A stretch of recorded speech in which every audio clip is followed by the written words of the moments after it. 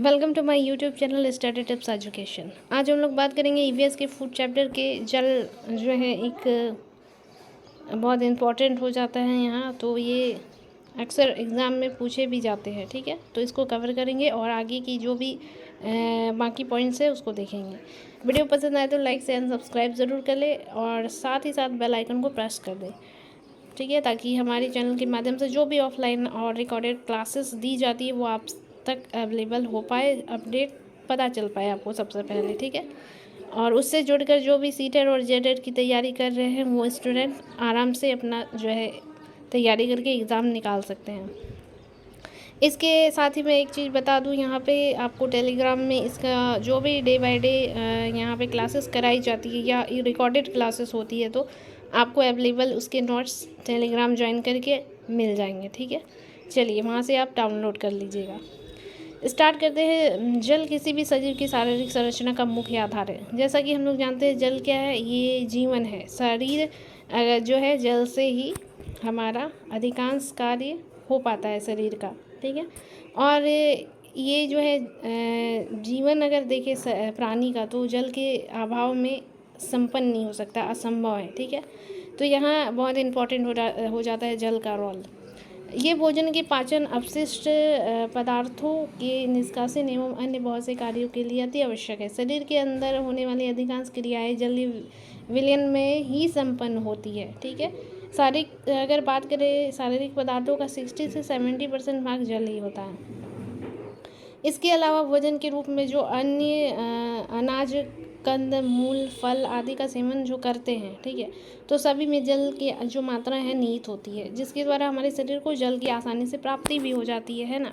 फल में भी जल की मात्रा अधिक है, जैसे एक अंगूर में 80% भाग जल ही होता है, जिसको ग्रहण करने से क्या होता है, हमारे शरीर की जल की कमी दूर होती है, साथ में आसानी से जल मिलता है हमारे शरीर को। फंक्शन ऑफ वाटर की बात करें तो ये क्या कार्य करता है जल हमारे शरीर में, तो ये पसीने वाष्पन द्वारा शरीर का जो है ताप को, टेम्परेचर को नियंत्रित करने का सबसे अहम भूमिका अदा करता है।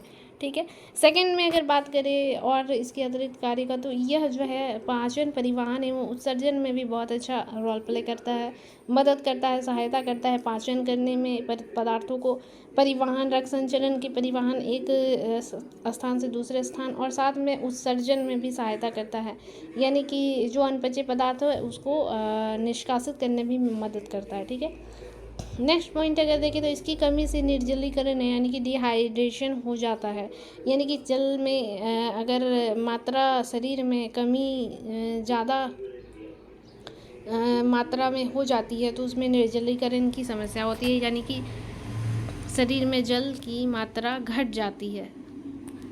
ठीक है, जिससे बहुत सारे प्रॉब्लम होने की संभावनाएं होती है, और आपको पता होगा जल के द्वारा ही हमारे शरीर में बहुत सारी क्रियाएं संपादित होती है। तो जल अगर नहीं रहेगा तो फिर वो क्रियाएं अनबैलेंस हो जाएगी, और क्रियाएं अगर अनबैलेंस हो गई तो फिर क्या हो जाएगा, हमारा शरीर में अनबैलेंस होगा, हमें बहुत तरीके प्रॉब्लम जो है फेस करनी पड़ सकती है। तो इसलिए प्रतिदिन जो कहा जाता है जल को अपने जो एक रूटीन के अनुसार लेना चाहिए। ठीक है, सही मात्रा में। अब हम लोग बात करते हैं यहाँ पे रफेज यानी रुक्षांश।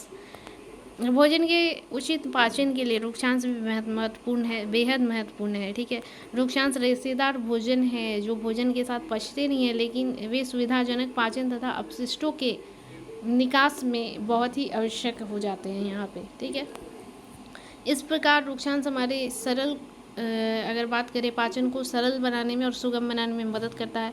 ये शरीर में भोजन की मात्रा को भी बढ़ाता है, तथा भोजन के पश्चात अगर हम लोग भोजन करने के बाद जो है रुक्षांश भरे पदार्थों को लेते हैं, ठीक है, रेशेदार पदार्थों को, तो भोजन के पश्चात पेट भरा होने का एहसास महसूस होता है, यानी महसूस होता है कि पेट भरा है, जिससे हमें जल्दी भूख नहीं लगती है। और यहाँ कब्ज भी ये इसकी वजह से दूर हो जाती है। अगर कोई प्रॉब्लम कब्ज की है तो इससे कब्ज ये दूर करता है। ठीक है,